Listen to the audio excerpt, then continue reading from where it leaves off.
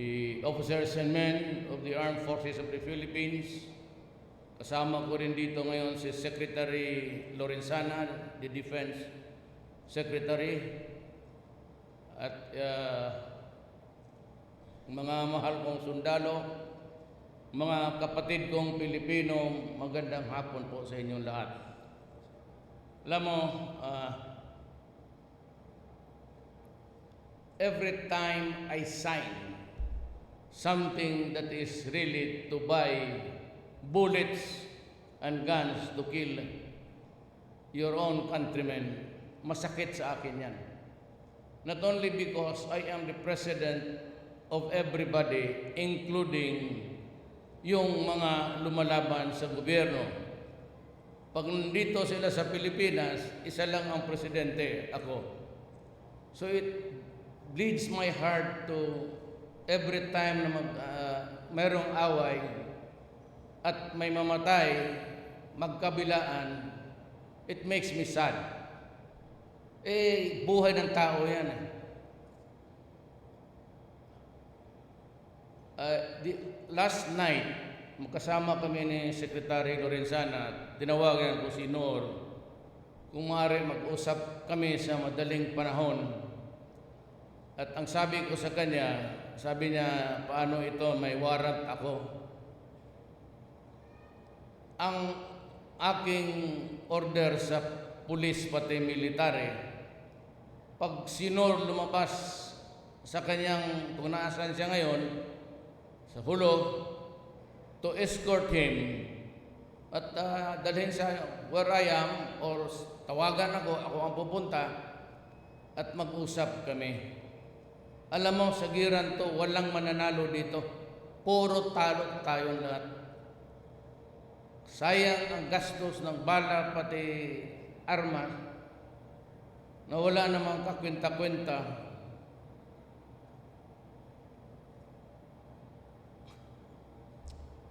At may mga tao na ayaw, they don't give maski kunting pag-asa lang na magkaroon tayo ng kapayapaan. I do not have any problem with Nor. We are agreed in principle na mag-usap para to resolve the conflict, the history of Mindanao. Wala rin akong problema sa MI. Pero may problema ako sa Abu Sayyaf because they are terrorists. And they kill buta ng ulo, sa harap ng mundo, civilian o sundalo. You know, I hate to see this. Ang lola ko, Maranao, Morok. Kaya ako every time na mabakbakan, Malanaw man o dito, nasasaktan talaga ako. In the olden times, yung kwento ng aming mga minuno, na the Tausug warrior is an honorable man. Bakit pa yan na putulan ng ulo mga hostage? Hindi trabaho ito ng totoong Tausug. Something is going wrong somewhere. Kaya nakikiusap ako sa mga Tausug, sama, yakan, mag-intindihan na lang tayo. At, we craft the Philippines, gawain natin itong Pilipinas na magustuhan ng lahat, walang nalulugi. Ngayon, kung mag-usap tayo, at gusto talaga ng mga kapatid natin na dito sa Moro side, gusto nila federal system, o di okay. Ano kasalanan natin magpapatayan tayo na wala? We know, I know. Ang Kristiyanos, no. Ang tatay ko, no. Punta niya dito sa Mindanao, na nauna ang Moro dito na reliyon, Muslim. By 100 years or 70 years bago dumating ang Kristyanismo. But that alone, hindi natin kasalanan. Ang nag-umpisa nito ang mga Espanyol. pumunta dito. 1571, they landed in Leyte bringing a religion, Christians. Then, ang Amerikano cultivated Mindanao. Tapos sabi, come to Mindanao because it is the land of promise. Ano pa namang kasalanan ng mga namin? Nag-asawa ang tatay ko ng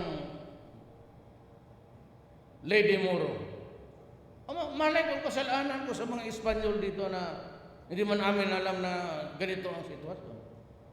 Bakit tayo magpapatayo? Di magkwentuhan na lang tayo. Of course, ngayon alam na namin.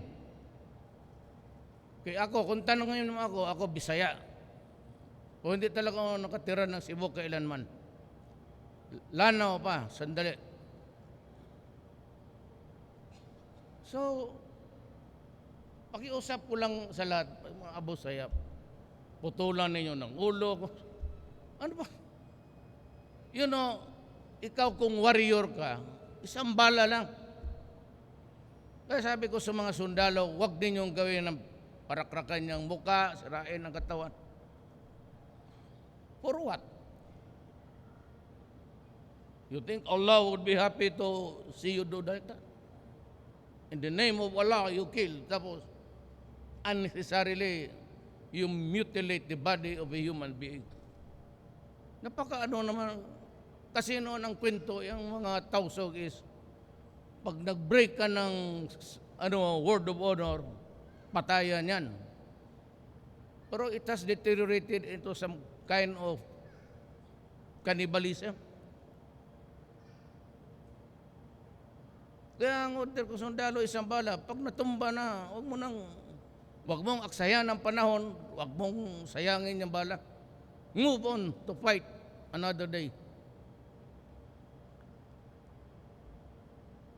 Sabi ko sa kanila, huwag kayo magtinin ng galit. Kaya may pinapaintindi tayo itong muro ng Mindanao na ang sitwasyon, walang kasalanan yan, yung mga Espanyol. Kung hindi pumunta si Magellan dito, puro muro tayo lang, puro Muslim tayo. Ano ba naman kasalanan ng mga Bisaya?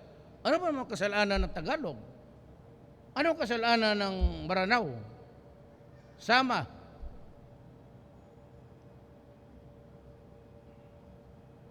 Sana maintindihan nila yan.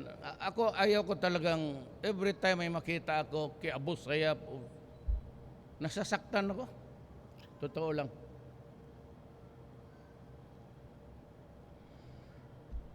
Nga, itong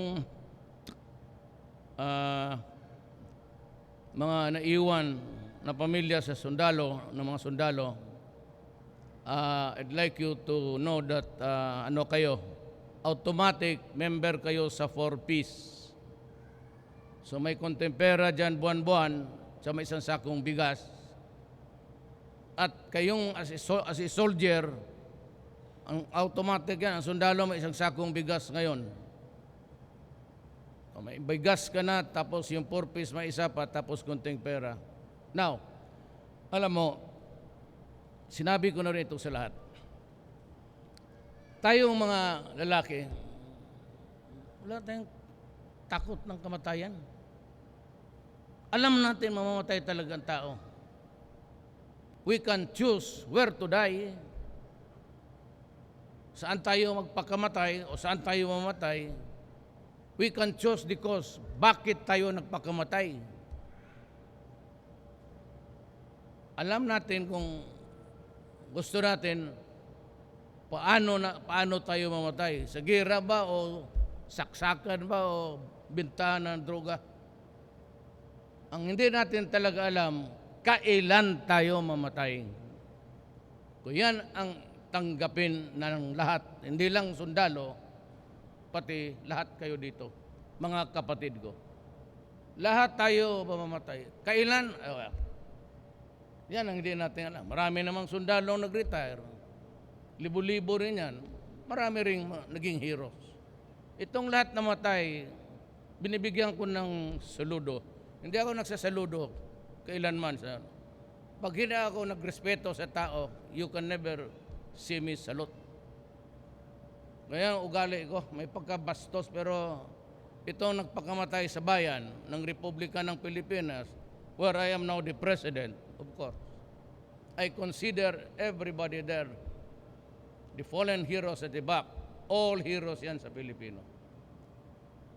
Kaya kayong mga pamilya, automatic yan, out of endearments, o pakita sa pagmamahal ng isang bayani, enroll kayo automatic mga byuda for peace.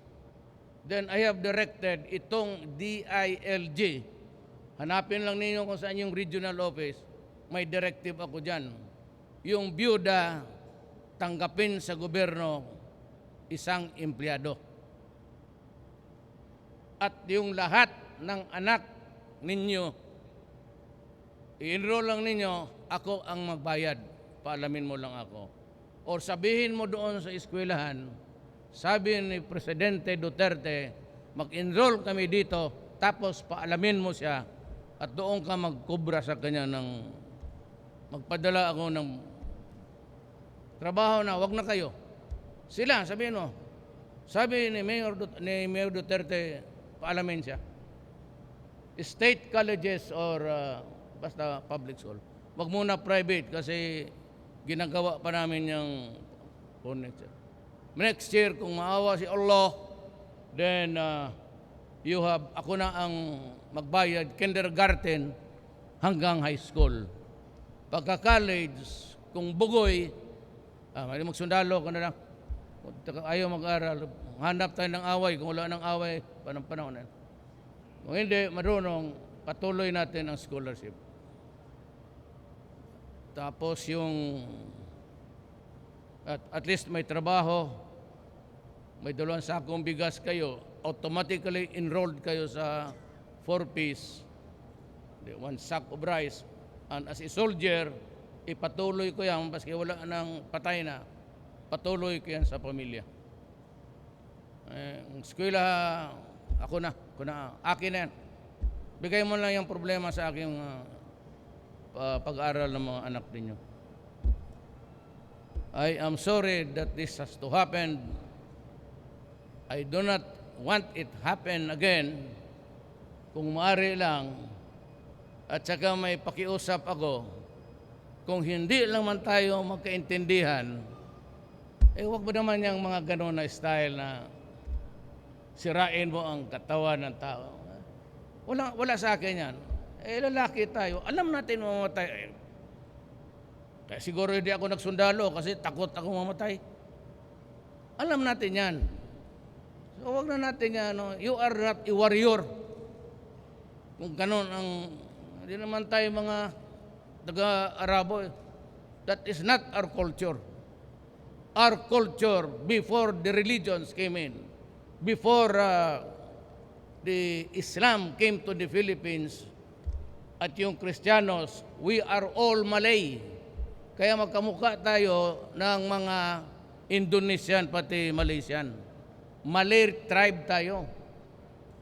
Ang mga batasan ng ugali ng mga Malay, hindi gumagawa. Gaya ng Arab, marami namang Arab, Egypt, Libya. Ganon tayo, depende lang kung sino nakahawak na gobyerno noon. So, pakiusap ko, kung away lang man, fight. But do not add grief to the family by destroying the body. Kailan man, hindi talaga ako papayag na gagawin ng gobyerno yan. Hindi talaga ako papayag yung brutality, cruelty ng ganon. Sabi ko, isang bala lang, iwanan mo na. Kung nalaman mo, patay na. So, I hope that nakinig lahat, may 4-piece, kaya kinukuha ko yung pangalan ninyo. Ang asawa kailangan magkatrabaho. Either national or local. Basta hanapan ng trabaho. But preferably sa national. Kasi pag walang iba, sabihin ko sa DILG, hanap ko ng program dyan na para ang mga byuda makatrabaho. Kung ng sweldo, at yung mga anak, i-follow up ninyo para makapag-enroll. Ngayon, lahat na problema ninyo na kaya ninyo, mayroong mga benefits. As a soldier, mayroon yan. But I have a program na nirereserba ko. Yung mga problema na hindi na ninyo kaya, talagang wala kayong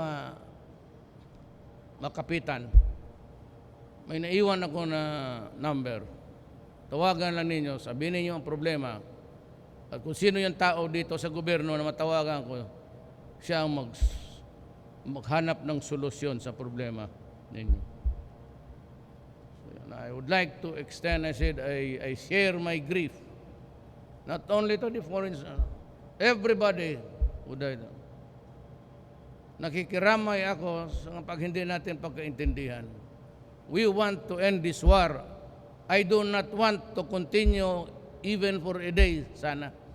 Walang sundalo dito na gustong magpakamatay. May mga pamilya yan doon sa ibang, sa Luzon, sa Visayas. So why would we just insist on finding a reason, maghanap ng rason para magpatayan?